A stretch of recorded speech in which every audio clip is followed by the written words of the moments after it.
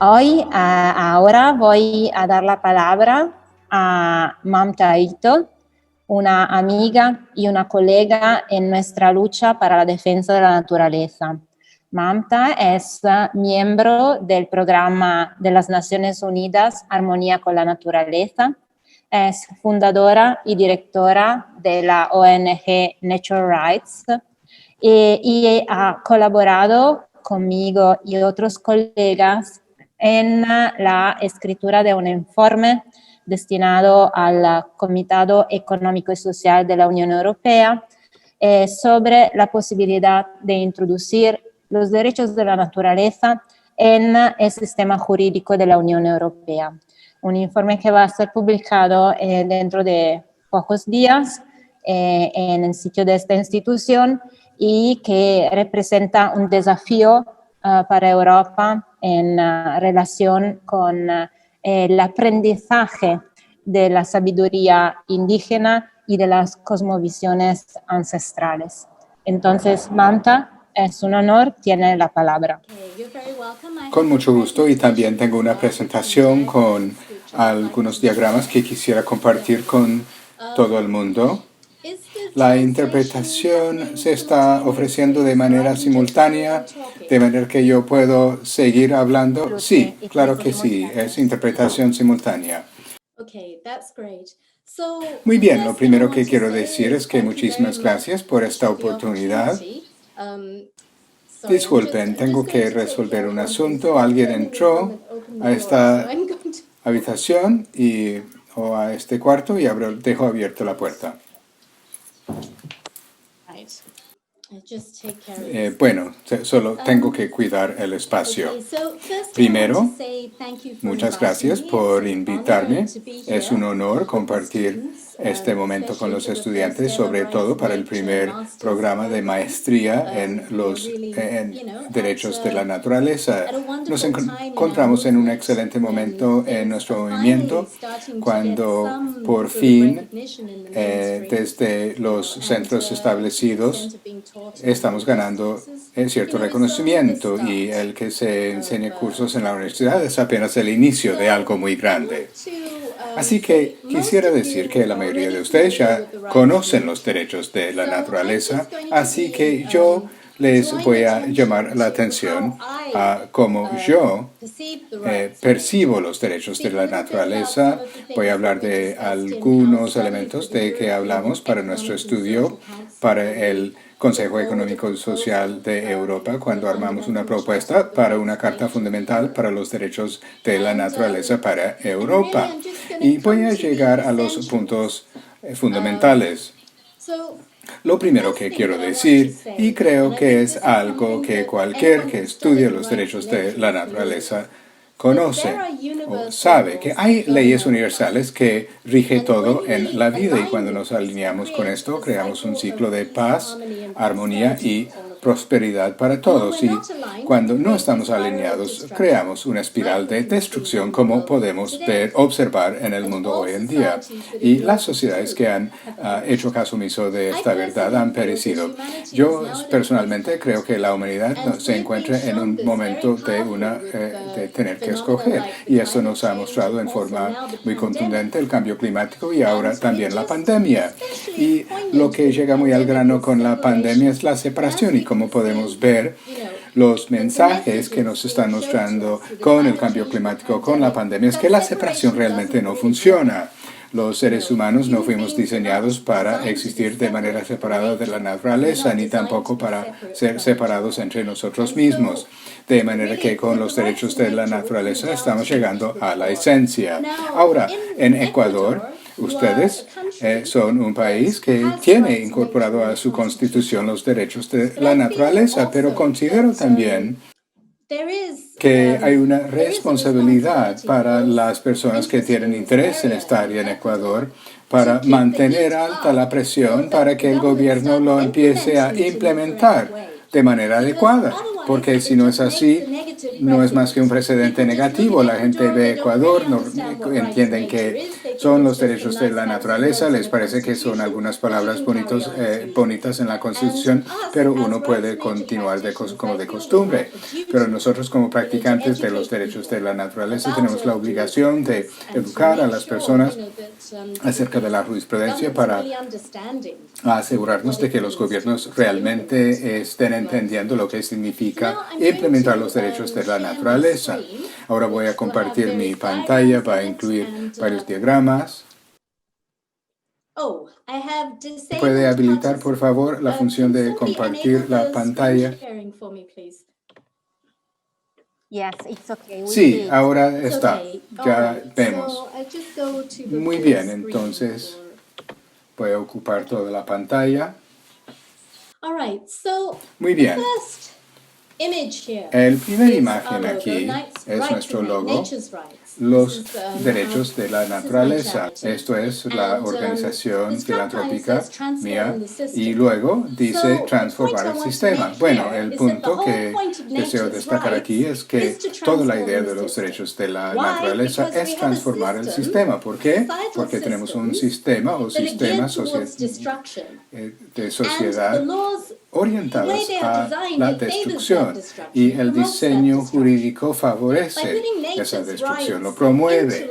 Al incluir los derechos de la naturaleza en el derecho, lo que queremos es tener un efecto sistémico. Queremos transformar, cambiar la forma en que funcionan nuestros sistemas para que estén alineados con la regeneración de la naturaleza y no la destrucción de la naturaleza. De manera que si los derechos de la naturaleza no están llevando un resultado sistémico y si no se está integrando en todas las áreas de políticas públicas, estamos desperdiciando el tiempo. No son más que palabras bonitas en un papel. Es un punto importante que quería destacar desde el inicio. Y en Ecuador, hasta ahora no hemos visto la transformación del sistema. Y hasta ahora no hemos visto la legislación de implementación que lo lleve a todas las áreas de políticas públicas. Es algo que deseo mucho ocurra en los próximos años. Ahora, otro punto fundamental aquí, si analizamos nuestra sociedad, este es un modelo que muestra lo que está por debajo de la superficie, el modelo iceberg de la realidad. Si uno ve la parte superior, lo que aparece son las conductas visibles, las varias crisis, etc. Eso es lo que uno ve por encima del agua, pero lo que genera esos resultados no se ve y eso es lo que determina cómo funciona todo. Entonces tiene la fuente o la conciencia del que surge o los paradigmas del pensamiento, de los paradigmas del pensamiento salen las estructuras y de esas estructuras tenemos los resultados que vemos. Ahora la mayoría de las soluciones a nivel de sociedad y del trabajo de la mayoría de las ONGs y de los gobiernos, por lo general aborda lo que aparece por encima de la superficie, de manera que somos como bomberos intentando a toda hora apagar incendios, lidiando con los problemas conforme vayan apareciendo, y esto lo vemos de manera muy clara frente a la pandemia. Lo único que nos hace fuerte frente a una pandemia es un sistema inmune fuerte, y nuestros sistemas de inmunidad, nuestra salud depende de la salud de la biosfera. Pero ¿se está analizando la estrategia a largo plazo? No, por el momento solo se trata de la distanciación sobre las vacunas. Claro, podemos hacer todo eso, pero a la vez tenemos que ver por debajo de la superficie. Eso es lo que hacemos con la jurisprudencia de la tierra y los derechos de la naturaleza. Miramos qué es lo que está generando los resultados que estamos viendo en el mundo hoy en día en piloto automático y cómo podemos ir profundizando en el iceberg. Aquí se puede ver un diagrama del iceberg como está en el sistema actual a mano izquierda, y luego el iceberg de los derechos de la naturaleza a mano derecha. En el sistema actual hacia la izquierda podemos ver por el lado invisible, por debajo del nivel del agua, y uno se puede apalancar más en forma más profunda conforme más profundo va. Si vemos cómo funciona, tenemos la conciencia de la separación, donde creemos que somos separados de la naturaleza, de nosotros mismos, del cosmos. Y de esta manera de pensar y de sentir se suscitó el paradigma mecanista. Esta visión del mundo ve a la Tierra como una máquina y los seres humanos como algo separado de la naturaleza. Y de ese paradigma tenemos nuestras estructuras, que en esencia son estructuras de silo. Entonces tenemos la economía, se piensa en forma aislada frente a la agricultura, que está aislado en la forma de conceptualizarse en relación con la energía, luego con el mundo de las empresas, etc. O sea, todo se lidia en forma mutuamente aislado. Lo único que los vincula es que todos están siguiendo este paradigma y visión del mundo mecanístico, y en la relación con la naturaleza es una relación de explotación sin límites en la mayoría de las situaciones. Entonces, todas las estructuras que vemos, como la agricultura que destruye la tierra, un sistema económico que se fundamenta en el crecimiento infinito en un planeta finito, un sistema de energía que agota la naturaleza más rápido de lo que puede volver a generarse. Todo eso está mantenido por leyes, y las leyes son como la pega que traduce esta conciencia de separación y el paradigma mecanístico en estructuras y sistemas por los cuales opera nuestra sociedad. Y nuestra sociedad, al funcionar de esta manera, nos da todos los resultados degenerativos, como por ejemplo la crisis ecológica. Pues si uno sigue tomando de la naturaleza sin ninguna rendición de cuentas, en algún momento va a afectar la fuente, y eso es lo que podemos ver hoy en día. Tenemos la crisis ecológica, las pandemias, la crisis del clima, la sexta extinción masiva, pero también están los problemas sociales, la alienación, la desigualdad y la pobreza. Ahora, esto que tiene que ver con la naturaleza puede decir, bueno, hace mucho tiempo, cuando estas leyes se estaban estableciendo inicialmente a partir de una visión del mundo en el que la naturaleza era para todos y podía ser utilizados por todos, surgió la institución y el concepto de la propiedad y los derechos de la propiedad, con lo cual llegó un sistema de exclusión, excluyendo a las personas de las tierras. Fue a partir de ese momento y ese concepto que se suscitó, el colonialismo.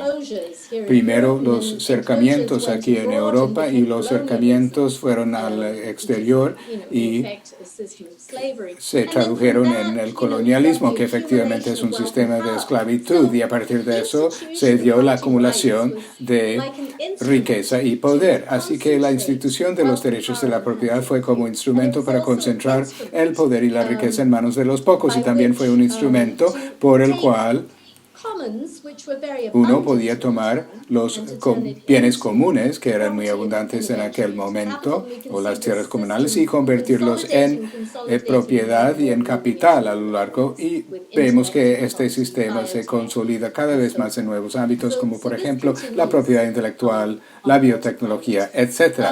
Y todo esto continúa en piloto automático. Ahora, en Nature's Rights, derechos de la naturaleza, mi organización, hablamos de que hay que cambiar el paradigma, transformar el sistema, incorporar uno mismo el cambio. O sea, no es apenas un ejercicio intelectual, sino que tenemos que cambiar la forma en que somos nosotros como seres humanos y la forma en que nos relacionamos con la naturaleza también, así como cambiar la forma en que pensamos en la naturaleza. No se trata solo de pensar. Si nosotros nos vamos a reconocer como una parte de la naturaleza y reivindicarnos como tal, el cuerpo extendido de la naturaleza, entonces tenemos que utilizar nuestros cuerpos como el instrumento que deben de ser, y tenemos que sentir. De manera que con el iceberg de los derechos de la naturaleza, el punto de partida sería la conciencia de unidad. Somos uno solo, con la tierra, con nosotros mismos, con las otras especies. Somos un todo. Nos formamos parte de un cosmos que es un todo integrado. Y como tal, somos como una célula en un ecosistema, una parte, no tenemos más derechos que las otras partes, como la vida misma nos está empezando a mostrar, no somos invencibles. Entonces, a partir de la conciencia de la unidad surge un paradigma y visión del mundo holístico, el planeta como ser vivo, lo humano como parte de la red de la vida, etc. Y a partir de eso tenemos estructuras de sistemas completos con leyes que reconocen la independencia de toda la vida, como la jurisprudencia de la tierra y los derechos de la naturaleza, al reconocer que si no fuera por la naturaleza nosotros mismos no existiríamos, o sea, asumiendo todo esto, que todas las formas de vida que crean las condiciones de vida para nuestra vida en este planeta no podemos preservar solamente nuestra vida, sino que tenemos que preservar el todo, al menos tener un equilibrio para permitir la vida que tenemos. Y a partir de esto lo que hacemos, bueno, al modificar la estructura del derecho, cambiamos los sistemas y esos sistemas luego tendrían resultados regenerativos en piloto automático. O sea, no tendríamos que estar manejando tanto las cosas, sino que el sistema mismo estaría produciendo buenos resultados, como economías prósperas, regenerativas y distributivas, y resiliencia ante las pandemias. Nosotros mismos, conforme la Tierra es más saludable, nosotros vamos a ser más saludables y comer comidas más saludables, no las de organismos genéticamente modificados y alimentos contaminados, luego resiliencia del clima, de los ecosistemas, una biodiversidad próspera, etc. Hablamos del ciclo de la destrucción. Aquí empezamos con la conciencia de la separación. Eso se traduce en el paradigma y visión del mundo mecanísticos, donde la Tierra es una máquina, lo humano es distinto de la naturaleza, y la mentalidad de o ganar o perder que vemos tanto en el derecho. Y eso se codifica en el derecho, donde la naturaleza figura como objetos, recursos y propiedad, y el derecho no hace más que manejar las externalidades de este ciclo degenerativo, este sistema básicamente de la muerte. Eso luego legaliza todo esto de que hablamos, el colonialismo, el cercamiento de los comunes, la concentración de riqueza y poder, economía basada en crecimiento infinito, agricultura que destruye la naturaleza, energía que agota la naturaleza, etcétera, la cual da lugar a resultados degenerativos en piloto automático, las extinciones masivas, la pobreza, colapso de los ecosistemas, pandemias, alienación, etc., lo cual refuerza aún más la conciencia de la separación, cada quien por sí mismo. Y esto nos lleva a lo largo a una espiral que nos lleva al olvido. Sin embargo, tenemos una opción y estamos en un momento de opción. Más bien podríamos utilizar el derecho como un vehículo para llevarnos a un ciclo regenerativo. Y es lo que yo considero y es como yo veo las posibilidades de la jurisprudencia de los derechos de la naturaleza y la tierra. O sea, desde la conciencia de la unidad, entendemos que el planeta Tierra es un ser vivo, lo humano es parte de la naturaleza y hay una mentalidad de ganar y ganar, y hay formas en que todos podemos ganar. La sinergia y luego el derecho a abordar las causas en el raíz, o sea, se convierte en una fuerza que ayuda a diseñar los sistemas y orientar a los sistemas para que produzcan resultados regenerativos, o sea, va haciendo crecer y aumentar las estructuras regenerativas con economías redistributivas, la agricultura regenerativa, energías renovables, restauración de ecosistemas, indicadores de bienestar para el progreso, porque utilizar el número de productos que se producen, porque no tener diferentes indicadores para el progreso, ecoaldeas, renovación de comunidades, protecciones robustas para la biodiversidad, etc., con sistemas diseñados de otra manera, respaldados por leyes que les obligan a trabajar de manera que se armonice con la naturaleza y considera que la naturaleza es parte interesada en sí. Entonces le da resultados regenerativos con con ecosistemas prósperos, comunidades prósperas, la mejor salud y bienestar, y eso refuerza la conciencia de la unidad, y esto nos da a lo largo un ciclo regenerativo que se alinea con la vida y señala un futuro feliz, no solo para nuestras futuras generaciones, sino en armonía con las futuras generaciones de las demás especies también. Ahora, aquí el derecho ambiental y los derechos de la naturaleza. Hay algunos puntos que quisiera destacar. Hay una diferencia entre el derecho ambiental y los derechos de la naturaleza, si bien los derechos de la naturaleza incluye el derecho ambiental, pero no se limita al derecho ambiental. El derecho ambiental maneja las externalidades de un sistema orientado hacia la destrucción. Esto significa que solamente actúa en la periferia, no aborda las causas esenciales, no aborda el sistema económico ni el sistema agrícola, solo actúa en la periferia.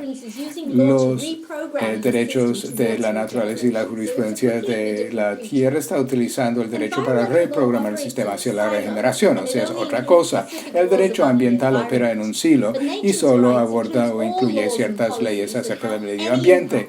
Sin embargo, los derechos de la mujer incluyen todas las leyes y todas las políticas que tienen cualquier impacto sobre la naturaleza, o sea, los derechos de la naturaleza en el derecho se integraría a todas las áreas de políticas públicas. O sea, no habría una ley que priorice el crecimiento económico sin a la vez tomar en cuenta el aspecto de los derechos de la naturaleza en esa ecuación.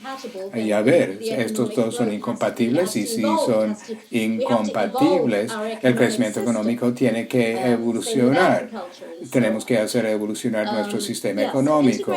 Lo mismo se puede decir de la agricultura, etc. Así que integración a todas las áreas de políticas públicas y a todas las leyes es crucial para que funcionen los derechos de la naturaleza. Ahora, el derecho ambiental sufre de muchas fallas de implementación y de diseño porque está utilizando un enfoque mecanístico para manejar un sistema adaptivo complejo, mientras que los derechos de la naturaleza utilizan un enfoque de sistemas completos, y hay que alinear con y desarrollar una sensibilidad y entender cómo funcionan los ecosistemas. O sea, esto exige otro nivel de conocimiento y de educación, y es algo con el cual vamos a tener que lidiar como sociedad. La buena noticia es que ya está sucediendo, se está dando en todo el mundo. La gente quiere entender mejor los ecosistemas y el derecho lo tiene que asumir para poder fomentar este tipo de abordaje. Entonces, cuando hablo de los derechos de la naturaleza, ¿de qué estoy hablando exactamente? Bueno, si fuéramos a analizar la sostenibilidad, he aquí como un sistema, o mejor dicho, un abordaje de sistemas completos y el modelo actual de sostenibilidad son dos cosas distintas. Nuestro modelo actual para la sostenibilidad tiene la naturaleza, tiene las personas y tiene la economía, y son círculos distintos, y se supone que la sostenibilidad debe darse en el punto de traslape o en el área de traslape de los tres círculos. Esto supone que cada círculo puede funcionar en forma independiente, pero en realidad ninguno de estos círculos puede operar de manera independiente excepto la naturaleza. La naturaleza es el único, porque la economía no puede funcionar sin las personas y sin la naturaleza, y las personas no podemos funcionar sin la naturaleza. Entonces, pasando de esto al modelo de derechos de la naturaleza, esto refleja mejor la realidad. Tres círculos concéntricos, o sea, hay una jerarquía de subsistemas, cada cual dentro de los otros, y a partir de eso hay una jerarquía de derechos. Y es algo que hasta ahora no hemos visto en la legislación sobre los derechos de la naturaleza, y es lo que estamos proponiendo en la Unión Europea. No se puede simplemente incluir los derechos de la naturaleza en el sistema ya existente, porque tenemos que reenmarcar la cuestión de los derechos. Actualmente los derechos son adversariales y solo protegen los intereses, y los derechos humanos no se puede hacer cumplir frente a las grandes sociedades o empresas porque operan en la esfera del derecho público, o sea, solo se puede hacer cumplir frente a los gobiernos y no en el sector del derecho privado. No queremos que prevalezca un sistema absurdo como esto con los derechos de la naturaleza. Hay que poderlos hacer cumplir en todos los aspectos de la sociedad, y también no solo en forma retrospectiva, sino que queremos hacer un cambio y todo funciona en forma sinérgica. Este modelo, la naturaleza es el sistema principal, el subsistema son las personas o las sociedades humanas, y el subsistema de las sociedades humanas sería la economía, porque sin las personas no habría economía. Entonces, cada cual tiene su interdependencia, y esto no es más que el orden natural de las cosas. Nada tiene que ver con intereses especiales, y ahí podemos ver que tenemos los derechos de la naturaleza, los derechos humanos y los derechos de las empresas y derechos de propiedad. Y por lo tanto, es apenas lógico que hay una jerarquía entre estos derechos. Si uno tiene un derecho de empresa o de propiedad que prevalece por encima de los derechos humanos, está tendiendo a minar el sistema del que depende. Y lo mismo si hay un derecho humano que prevalece por encima de los derechos de la naturaleza, no tiene sentido, porque uno va a estar socavando el sistema que nos da la vida. Así que la única forma en que se puede interpretar estos derechos es de manera tal que se promueva el bienestar del círculo mayor del que se deriva. Solo podemos tener un derecho humano que mejora los derechos de la naturaleza, y solo podemos tener un derecho de una empresa o derecho de propiedad que mejora los derechos humanos. En este modelo no podría haber un derecho de propiedad que funcione en contra de la naturaleza y en contra de las personas. Entonces, este modelo lidia con los conflictos entre los derechos, y yo lo he llevado un paso más allá.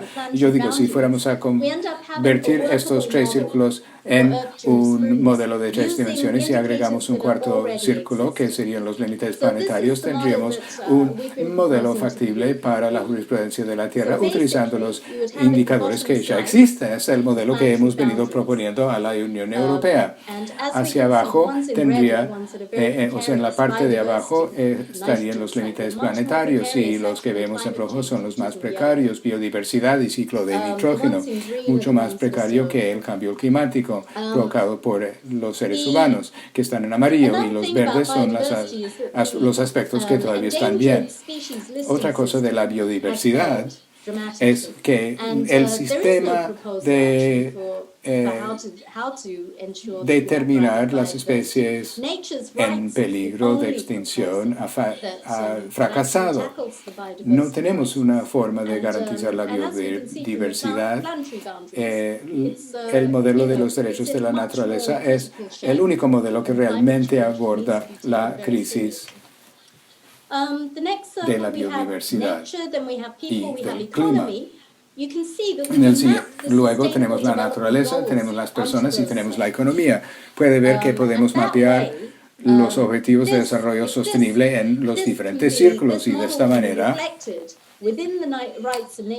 este modelo se puede reflejar en el sistema jurídico de los derechos de la mujer, y esto sería un modelo factible para su implementación. Entonces, para recapitular algunos puntos fundamentales, el propósito de los derechos de la naturaleza es realizar una transformación sistémica. Para lograr esto, tiene que integrarse en todas las áreas de políticas públicas, tiene que incluirse en los más altos niveles del derecho, con una legislación habilitante que viene con su propio sistema operativo, ya que hay tantas incongruencias, de manera que no se puede simplemente incluir el sistema de derechos de la naturaleza en el sistema ya existente. Tenemos que reenmarcar la cuestión de los derechos, tiene que fundamentarse en el sistema, en el modelo de círculos concéntricos de sistemas completos, al reenmarcar el concepto de los derechos de adversarial a sinérgicos, y hay que fundamentarlo con un cambio en el derecho de la protección de intereses a la protección de vida y el mayor bienestar del todo, sea resultados holísticos que llevarían al mejor beneficio en el largo plazo. O sea, esto es para beneficiar a las futuras generaciones y tener una visión de largo plazo, incluir a la naturaleza como parte interesada. Y tenemos que incluir los 5 pilares. Los 5 pilares es algo que identificamos en nuestro estudio para la Unión Europea. Brevemente, estas son lo siguiente: la no regresión, que el derecho ambiental o las leyes que tienen que ver con la naturaleza tienen que aumentar las protecciones y no retroceder en cuanto a las protecciones. ¿Por qué? Porque así está de mala situación en la actualidad. Luego, la evaluación de la resiliencia, o sea, antes de llevarse a cabo alguna obra, hay que evaluar qué tan resiliente es este ecosistema y cómo esta resiliencia puede seguir. Número 3, el criterio de indubio pro natura y ahora pro clima. O sea, en caso de duda, todo conflicto se resuelva de manera tal que respalde los derechos de la naturaleza. ¿Por qué? Porque la situación está así de mal. Métodos democráticos sostenibles en la actualidad. Todo el escenario del derecho ambiental es poco democrático. El acceso a la justicia está muy, muy mal. Y con los derechos de la naturaleza, esto tiene que cambiarse, tiene que ser mucho más democrático. Ahora, 5 responsabilidades frente a la naturaleza. Todos estos que identificamos tienen que ver con el derecho a la restauración y el cambio de la carga de la prueba a la persona que intenta realizar alguna actividad con efectos destructivos. Esto es todo, es lo que tengo que decir sobre los derechos de la naturaleza y con mucho gusto puedo responder a cualquier pregunta en caso de que tengan preguntas. Muchísimas gracias, Mumta, por sus palabras tan contundentes y por mostrarnos cómo los derechos de la naturaleza deben de incidir en nuestras vidas y también cómo debe de incidir en y ayudar a cambiar nuestros sistemas jurídicos. Muchísimas gracias a Mumta Ito. No sé si tenemos tiempo para preguntas, no estaban previstas en el programa, pero si el anfitrión puede decirme algo sobre los tiempos y la organización. Tranquila, si hay preguntas acá en la sala se pueden reseccionar sin ningún problema y vamos a mirar en YouTube si en este momento hay alguna inquietud. ¿Ok? ¿Quiere decir, si Mumta puede compartir las Yes. So, Mumta, las personas preguntan si podría compartir la presentación para las personas que están presentes en este seminario. O sea, si nos envía la presentación, lo podríamos compartir con todos los presentes y los estudiantes de la nueva maestría. So they will have material for the discussion in their first lessons. Great. Yes. Sí, claro que sí. Should I send it to you, Sylvia? Yes. Se lo mando Silvia, sí, me lo puede mandar. Y yo le paso a la persona que es coordinador de la maestría. Parece que no hay preguntas. ¿Puedo decir algo? Marco Navas. Fue una conferencia sumamente interesante y en cuanto al abordaje es muy parecido a lo que estamos desarrollando, elaborando en nuestro grupo académico de Opt-in. Me alegra saber que estamos en la misma página. Ahora Giorgia Pavani, una pregunta sencilla. Yes. No, just a simple question. ¿Cómo podemos enseñar, cómo podemos transmitir a los estudiantes este nuevo principio?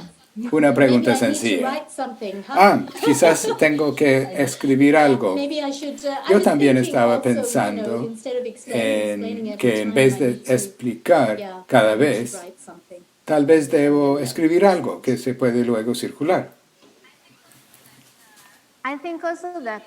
Yo creo también que el material que nos va a enviar va a ser muy útil para los estudiantes, pues la metodología que se usa en Ecuador en la maestría es de conversación con los estudiantes y una co-creación de ideas y comentarios, de manera que todos los esquemas que nos has mostrado podrían ser la base para un excelente debate con los estudiantes de la maestría.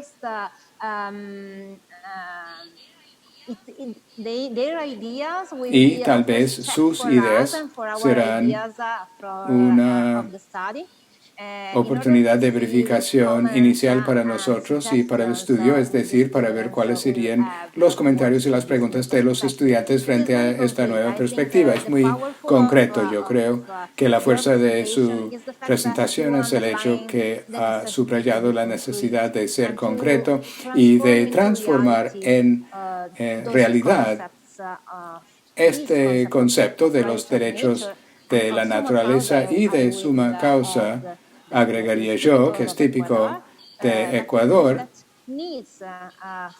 pero que requiere de una nueva acción y una concretización. Y cada quien tiene su perspectiva. La perspectiva europea es diferente de la perspectiva de América Latina porque no tenemos pueblos indígenas como ellos tienen con la cosmovisión tradicional. Sin embargo, compartimos del hecho de que compartimos una misma naturaleza. Compartimos un mismo ecosistema y leyes, de manera que cada quien debe encontrar su propia forma de acercarse a esta idea. De manera que si no hay comentarios de los otros miembros de la plataforma o de YouTube, creo que podemos darle muchas gracias a Munta por su intervención de este evento para celebrar esta nueva maestría, que en sí es un paso hacia adelante para un mundo mejor para todos y todas. Muchas gracias, Silvia. Para mí ha sido un honor compartir algunas de estas reflexiones con los estudiantes de la maestría y con los colegas también. Y claro, anticipo con mucho placer alguna colaboración futura. ¿Puedo decir algo, Silvia? Claro que sí, Adriana. Solo para decir que nuestros estudiantes de maestría están muy contentos con la presentación. Me han escrito internamente en el WhatsApp y dicen que están sumamente felices, contentos. Gracias. Muchísimas gracias. Valoro mucho el comentario. Me hace pensar que todo sí vale la pena. Si la nueva generación puede llevar adelante estas ideas, entonces todo este trabajo sí vale la pena. Gracias.